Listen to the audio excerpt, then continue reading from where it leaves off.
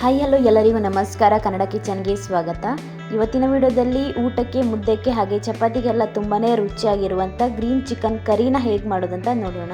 ಹಾಗೆ ನಮ್ಮ ವಿಡಿಯೋ ನೋಡ್ತಿರೋರು ಚಾನಲ್ನ ಸಬ್ಸ್ಕ್ರೈಬ್ ಮಾಡ್ಕೊಂಡಿಲ್ಲ ಅಂತ ಹೇಳಿದರೆ ಪ್ಲೀಸ್ ನಮ್ಮ ಚಾನಲನ್ನು ಸಬ್ಸ್ಕ್ರೈಬ್ ಮಾಡ್ಕೊಳ್ಳಿ, ಹಾಗೆ ಬೆಲ್ ಐಕಾನ್ನ ಕ್ಲಿಕ್ ಮಾಡಿ. ಈ ಗ್ರೀನ್ ಚಿಕನ್ ಸಾಂಬಾರು ಮಾಡೋದಕ್ಕೆ ನಾನಿಲ್ಲಿ ಮೊದಲಿಗೆ ಸ್ಟವ್ ಆನ್ ಮಾಡಿ ಒಂದು ಪಾತ್ರೆನ ಇಟ್ಕೊಂಡಿದ್ದೀನಿ. ಅದಕ್ಕೆ 1 ಸ್ಪೂನ್ ಆಗುವಷ್ಟು ಎಣ್ಣೆ ಹಾಗೆ ಒಂದು ಅರ್ಧ ಸ್ಪೂನ್ ಆಗುವಷ್ಟು ತುಪ್ಪನ ಕೂಡ ಹಾಕ್ತಿದ್ದೀನಿ.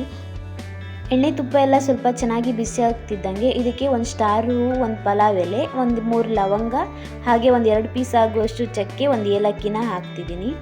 ಹಾಗೆ ಇದಕ್ಕೆ ನಾನು ಒಂದು ಈರುಳ್ಳಿನ ಕೂಡ ಕಟ್ ಮಾಡಿ ಹಾಕ್ತಿದ್ದೀನಿ. ಈ ರೀತಿ ಉದ್ದಕ್ಕೆ ಕಟ್ ಮಾಡಿ ಹಾಕ್ತಿದ್ದೀನಿ. ಹಾಗೆ ಒಂದು ಅರ್ಧ ಟೀ ಸ್ಪೂನ್ ಆಗುವಷ್ಟು ಶುಂಠಿ ಬೆಳ್ಳುಳ್ಳಿ ಪೇಸ್ಟ್ನ ಹಾಕಿ ಇದನ್ನ ಚೆನ್ನಾಗಿ ಫ್ರೈ ಮಾಡ್ಕೊಳ್ತೀನಿ. ಈರುಳ್ಳಿ ಸ್ವಲ್ಪ ಚೆನ್ನಾಗಿ ಫ್ರೈ ಮಾಡಿ ಬಣ್ಣ ಸ್ವಲ್ಪ ಚೇಂಜ್ ಆಗಬೇಕು. ಹಾಗೆ ಶುಂಠಿ ಬೆಳ್ಳುಳ್ಳಿ ಪೇಸ್ಟ್ನ ಹಸಿ ವಾಸನೆ ಕೂಡ ಹೋಗಬೇಕು. ಅಲ್ಲಿ ತನಕ ಮೀಡಿಯಂ ಫ್ಲೇಮಲ್ಲಿಟ್ಟು ಇದನ್ನ ಚೆನ್ನಾಗಿ ಹುರ್ಕೊಳ್ಳಿ. ಈಗ ಈರುಳ್ಳಿ ಚೆನ್ನಾಗಿ ಹುರಿದಾಗಿದೆ. ಈಗ ಇದಕ್ಕೆ ನಾನು ಇಲ್ಲಿ ಒಂದು 3/4 kg ಆಗುವಷ್ಟು ಚಿಕನ್ನ ತಗೊಂಡಿದ್ದೀನಿ. ಚೆನ್ನಾಗಿ ತೊಳೆದು ಇಟ್ಕೊಂಡಿದ್ದೆ, ಅದನ್ನ ಹಾಕ್ತಿದ್ದೀನಿ. ಹಾಗೆ ಇದಕ್ಕೆ ರುಚಿಗೆ ತಕ್ಕಷ್ಟು ಉಪ್ಪನ್ನ ಕೂಡ ಹಾಕಿ ಒಂದ್ಸಲ ಚೆನ್ನಾಗಿ ಮಿಕ್ಸ್ ಮಾಡ್ಕೊಳ್ತೀನಿ. ಈಗ ಇದಕ್ಕೆ ನಾನು 1 ಕಪ್ ಆಗುವಷ್ಟು ಮೊಸರನ್ನ ಹಾಕ್ತಿದ್ದೀನಿ. ನಾನಿಲ್ಲಿ ಗಟ್ಟಿ ಮೊಸರನ್ನ ಹಾಕ್ತಿಲ್ಲ, ಸ್ವಲ್ಪ ತೆಳುವಾಗಿರುವ ಮೊಸರನ್ನ ಹಾಕ್ತಿದ್ದೀನಿ. ಮೊಸರನ್ನು ಕೂಡ ಹಾಕಿ ಒಂದ್ಸಲ ಚೆನ್ನಾಗಿ ಮಿಕ್ಸ್ ಮಾಡಿ. ಈಗ ಇದಕ್ಕೆ ನಾನು ಒಂದು ಅರ್ಧ ಟೀ ಸ್ಪೂನ್ ಆಗುವಷ್ಟು ಅಚ್ಚಕಾರದ ಪುಡಿ ಹಾಗೆ ಒಂದು ಅರ್ಧ ಟೀ ಸ್ಪೂನ್ ಆಗುವಷ್ಟು ಕೊತ್ತಂಬರಿ ಪೌಡರ್ ಹಾಗೆ ಒಂದು 1/4 ಟೀ ಸ್ಪೂನ್ ಆಗುವಷ್ಟು ಜೀರಿಗೆ ಪೌಡರ್, ನಂತರ ಇದಕ್ಕೆ 1/4 ಟೀ ಸ್ಪೂನ್ ಆಗುವಷ್ಟು ಅರಿಶಿನ ಹಾಗೆ 1/4 ಟೀ ಸ್ಪೂನ್ ಆಗುವಷ್ಟು ಕಾಳು ಮೆಣಸಿನ ಪುಡಿನ ಕೂಡ ಹಾಕಿ ಚೆನ್ನಾಗಿ ಇದನ್ನು ಕೂಡ ಮಿಕ್ಸ್ ಮಾಡ್ಕೊಳ್ತೀನಿ. ಇದಕ್ಕೆ ಸ್ವಲ್ಪ ಕೊತ್ತಂಬರಿ ಸೊಪ್ಪನ್ನು ಕೂಡ ಸಣ್ಣದಾಗಿ ಕಟ್ ಮಾಡಿ ಹಾಕಿದ್ದೀನಿ. ಹಾಗೆ ಸ್ವಲ್ಪ ಪುದೀನ ಸೊಪ್ಪನ್ನು ಕೂಡ ಸಣ್ಣದಾಗಿ ಕಟ್ ಮಾಡಿ ಹಾಕ್ತಿದ್ದೀನಿ.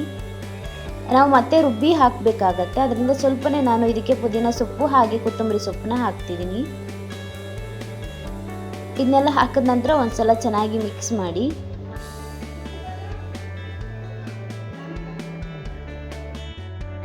ಈಗ ಇದನ್ನು ನಾವು ಒಂದು 10 ನಿಮಿಷಗಳ ಕಾಲ ಹಾಗೆ ಬೇಯಿಸ್ಕೊಳ್ಬೇಕಾಗತ್ತೆ. ಬೇಯಿಸೋದಕ್ಕೆ ನಾನಿಲ್ಲಿ ಇದಕ್ಕೆ ಒಂದು ಮುಚ್ಚಳನ ಮುಚ್ಚಿ ಇದನ್ನ ಒಂದು 10 ನಿಮಿಷಗಳ ಕಾಲ ಬೇಯಿಸ್ಕೊಳ್ತೀನಿ.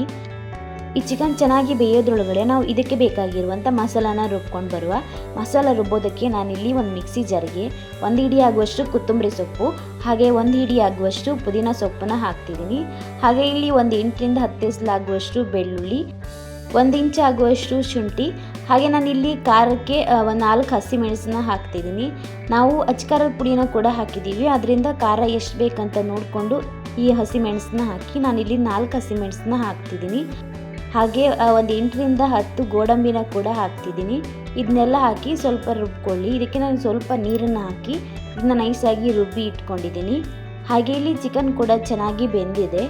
ಈಗ ಇದಕ್ಕೆ ನಾನು ರುಬ್ಬಿ ಇಟ್ಕೊಂಡಿರುವಂಥ ಗ್ರೀನ್ ಮಸಾಲಾನ ಹಾಕ್ತಿದ್ದೀನಿ.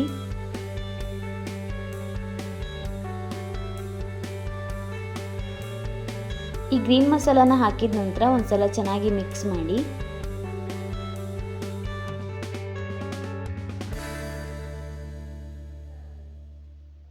ಈಗ ಇದಕ್ಕೆ ನಾನು ಒಂದು ಸ್ವಲ್ಪ ನೀರನ್ನು ಕೂಡ ಹಾಕ್ತಿದ್ದೀನಿ. ನಾನು ಮಿಕ್ಸಿ ಜಾರಿಗೆ ಸ್ವಲ್ಪ ನೀರನ್ನು ಹಾಕಿ ಇದಕ್ಕೆ ಹಾಕ್ತಿದ್ದೀನಿ. ನೀವು ಹದ ಎಷ್ಟು ಬೇಕಂತ ನೋಡಿಕೊಂಡು ಚಿಕನ್ ಸಾಂಬಾರಿಗೆ ನೀರನ್ನು ಸೇರಿಸ್ಕೊಳ್ಳಿ. ನಂತರ ಇದಕ್ಕೆ 1 ಟೀ ಸ್ಪೂನ್ ಆಗುವಷ್ಟು ನಿಂಬೆ ರಸನ ಹಾಕ್ತಿದ್ದೀನಿ. ಹಾಕಿರೋವಂಥ ಮೊಸರು ತುಂಬ ಹುಳಿಯಾಗಿದ್ದರೆ ಈ ನಿಂಬೆ ರಸನ ಮತ್ತೆ ಹಾಕೋದಕ್ಕೆ ಹೋಗಬೇಡಿ.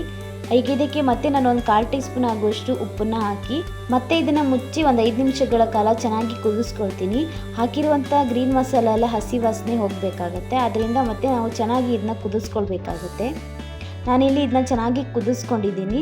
ಹಾಗೆ ಒಂದ್ಸಲ ಮಿಕ್ಸ್ ಮಾಡ್ಕೊಳ್ಳಿ ಚೆನ್ನಾಗಿ. ಮತ್ತೆ ಉಪ್ಪು ಬೇಕಾದರೆ ಉಪ್ಪನ್ನು ಸೇರಿಸ್ಕೊಳ್ಳಿ. ಈ ಗ್ರೀನ್ ಚಿಕನ್ ಮಸಾಲ ತುಂಬಾ ರುಚಿಯಾಗಿರುತ್ತೆ. ಚಪಾತಿ, ಮುದ್ದೆ ಜೊತೆಗೆ ಇಲ್ಲ ಊಟ ಜೊತೆಗೆ ಇಲ್ಲ ದೋಸೆ ಕೂಡ ಇದನ್ನ ತಿನ್ಬೋದು. ಎಲ್ಲದಕ್ಕೂ ಕೂಡ ತುಂಬಾ ರುಚಿಯಾಗಿರುತ್ತೆ.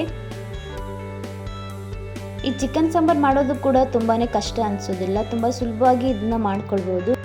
ಕೊನೆಯದಾಗಿ ಇದಕ್ಕೆ ಸಣ್ಣದಾಗಿ ಕಟ್ ಮಾಡಿರುವಂಥ ಕೊತ್ತಂಬರಿ ಸೊಪ್ಪನ್ನ ಹಾಕ್ಬೋದು, ಆದರೆ ನಾನು ಇದಕ್ಕೆ ಕೊತ್ತಂಬರಿ ಸೊಪ್ಪನ್ನ ಮತ್ತೆ ಹಾಕ್ತಿಲ್ಲ.